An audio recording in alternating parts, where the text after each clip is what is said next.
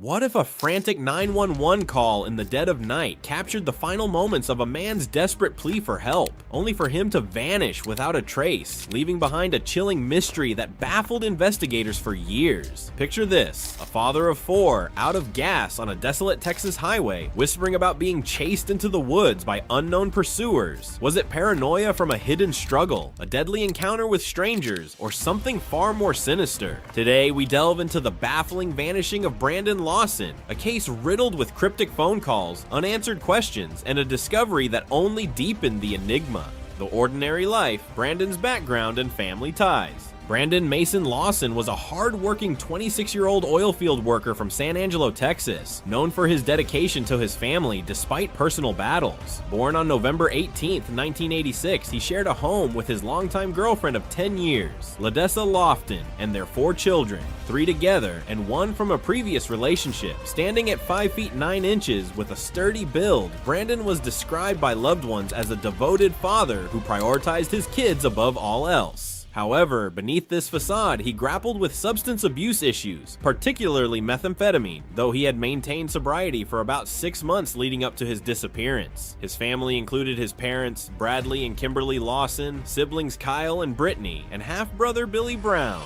Life in San Angelo revolved around his job in the oil fields, family outings, and occasional tensions that stemmed from his past addictions.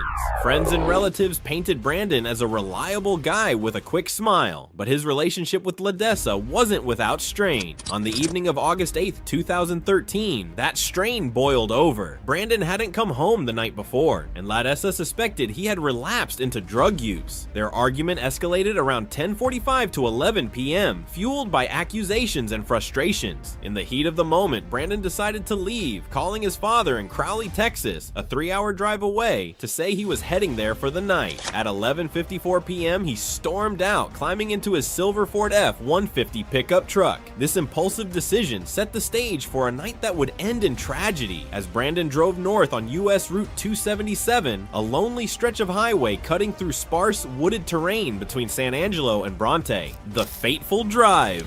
Out of gas and into panic. As Brandon sped away from home, the clock ticked toward midnight. Around 12:30 a.m. on August 9th, his truck sputtered to a halt on Highway 277 just south of Bronte, an isolated area flanked by fields and thick brush, far from any immediate help. He quickly called his brother Kyle, explaining he had run out of gas and needed assistance. Kyle later recounted that during this call, Brandon sounded agitated, claiming, "3 expletives are chasing me out of town," specifically mentioning the Mexicans in the neighborhood. Kyle questioned if Brandon was hallucinating, but Brandon insisted he wasn't. The brothers exchanged several more calls, though Brandon's responses grew short and disjointed, often hanging up abruptly. Kyle, along with his wife and their 4-year-old child, grabbed a gas can from Brandon's house, where Ladessa was preparing for bed, and headed to the scene. Meanwhile, at 12:50 a.m., Brandon dialed 911, connecting to a nursing home dispatcher in nearby Robert Lee due to the rural setup. His voice frantic and breathless, he reported, "Yes, I'm in the middle of a field and pulled some guys over, right here going toward Abilene, on both sides. My truck ran out of gas. There's 1 car here. The guy's chasing inaudible to the woods. Please hurry." The dispatcher tried to clarify, but Brandon's words tumbled out incoherently.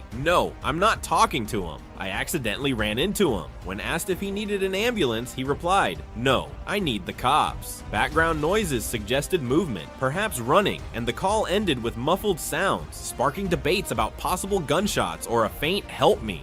Just 6 minutes later, at 12:56 a.m., a passing trucker called 911 to report Brandon's vehicle parked hazardously, partially blocking the road. Between 12:50 a.m. and 1:15 a.m., Brandon made and received multiple calls to Kyle, Ladessa, a neighbor, and the dispatcher, but poor cell reception caused many to drop or go to voicemail. By 1:19 a.m., his phone went silent, all incoming calls routing straight to voicemail. Around 1 a.m., a sheriff's deputy arrived at the truck, finding it unlocked with no visible damage, but Brandon was nowhere in sight. Kyle pulled up shortly after, around 1:10 a.m., still on the phone with Brandon, who claimed, "I can see you, I'm right here," and even mentioned bleeding. Yet neither Kyle nor the deputy spotted him. With an active warrant for Brandon from an old drug charge, Kyle assumed he was hiding in the bushes to avoid arrest. The immediate aftermath, searches and growing alarm. After a brief check, the deputy cleared cleared the scene. Kyle stayed 30 to 45 minutes calling for Brandon before leaving the gas can in the truck bed. When he returned at 5 a.m., the truck was untouched and Brandon still missing. By 8 a.m., it was towed. In Ledessa, unaware until morning, grew alarmed when calls went unanswered. Only days later, reviewing phone records, did the family learn of Brandon's 911 call, never acted on by authorities. Police organized a search around the truck but found no footprints, blood, or signs of struggle. The rugged terrain, woods, uneven ground, hidden wells, and wildlife made the effort difficult. Family and friends launched the Help Find Brandon Lawson Facebook page, which grew to 29,000 followers. Despite extensive searches with volunteers, dogs, and aerial sweeps, no trace appeared. Brandon's bank accounts showed no activity, his phone stayed off, and his wallet, keys, and cell were presumed with him. Over the years, rumors and tips surfaced but went nowhere. Theories ranged from staging his disappearance to drug-fueled disorientation or foul play. Kyle later admitted Brandon had used meth that night, adding context to his erratic calls. The released 911 audio fueled debate. Did he say staper, taper, or chaser? Some even claimed to hear gunshots or cries in the background.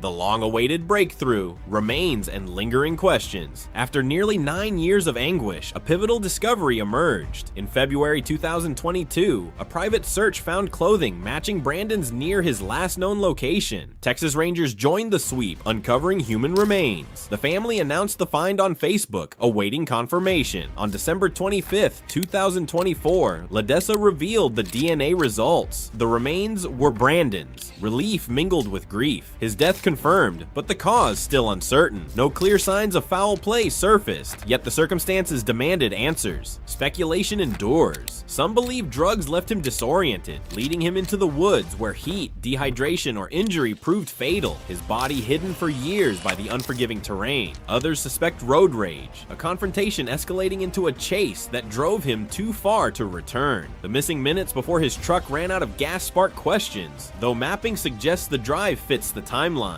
Even with closure, mysteries remain. What pursued him that night? Why his frantic pleas? And why was his 911 call dismissed? Brandon's story underscores the dangers of rural disappearances, where weak signals and delayed response can turn survival into tragedy. This case reminds us how fragile life can be on a lonely road where one wrong turn leads to eternal questions. If it gripped you like it did me, smash that like button, subscribe for more unsolved enigmas, and drop your theory in the comments. What do you think really happened to Brandon?